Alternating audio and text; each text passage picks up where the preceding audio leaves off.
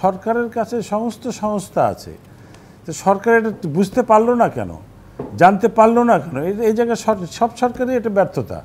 আমি যেটা বলতে চাই, দেখেন এখানে এই যে কথাবার্তাগুলো এসছে তার মধ্যে দিয়ে আমি কিছু কথা বলতে চাই। সেটা হলো যে আওয়ামী লীগ বলছে যে বিএনপির দুর্নীতির বিরুদ্ধে কথা বলা উচিত নয়, তাদের আমলে দুর্নীতি হয়েছে। তো এই কথাগুলো কতটুকু সঠিক?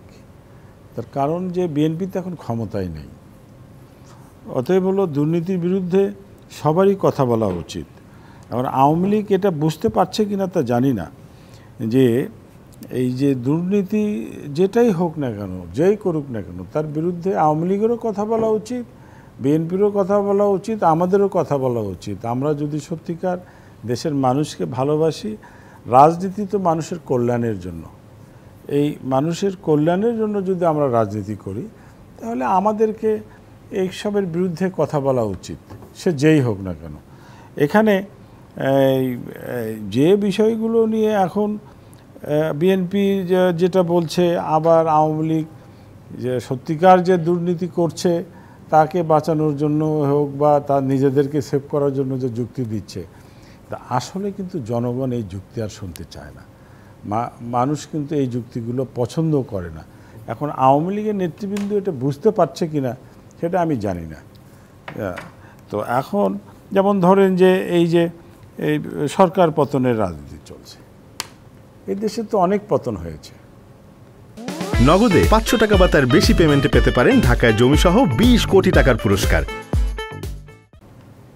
স্বাধীনতা যুদ্ধ থেকে শুরু করে এ পর্যন্ত অনেক পতন হয়েছে, এবং সেই পতনে সবসময় জনগণকে বোঝানো হয়েছে যে এই পতন হলেই দেশের মানুষের মঙ্গল হবে, দেশের মানুষ মুক্তি পাবে, দেশের মানুষের সব পরবর্তী সরকার ভালোভাবে চালাবে। কিন্তু সেটা কি হয়েছে?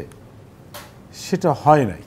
তো সেটা যেহেতু হয় নাই, আমাদেরকে প্রস্তুতি নিতে হবে যে আমরা পরবর্তীতে যেই ক্ষমতায় যাই না কেন, দেশের মানুষের জন্য মঙ্গল হয়, বা অতীতে যা থাকে তার চেয়ে যেন ভালো অবস্থানে ফিরে আসে। এই বিষয়টা আমাদেরকে লক্ষ্য রেখে আমাদের দলগুলোকে সেভাবে গোছাতে হবে।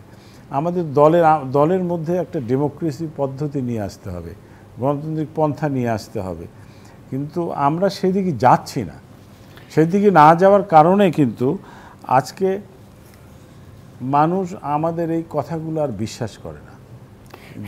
মানুষের কাছে এই জিনিসগুলো আর আসছে না, এই কারণে সবাই নিজেকে বাঁচাতে। আরেকটা কথা বলবো, সেটা হলো যে দেখুন ওনারা দুইজনের মধ্যে যেটা কথা হয়েছে, বেনজি সাহেবের বিষয় নিয়ে হেলাল সাহেব কথা বলেছে, আবার আপাও বলছে যে এতদিন অভিযোগ উঠল না কেন?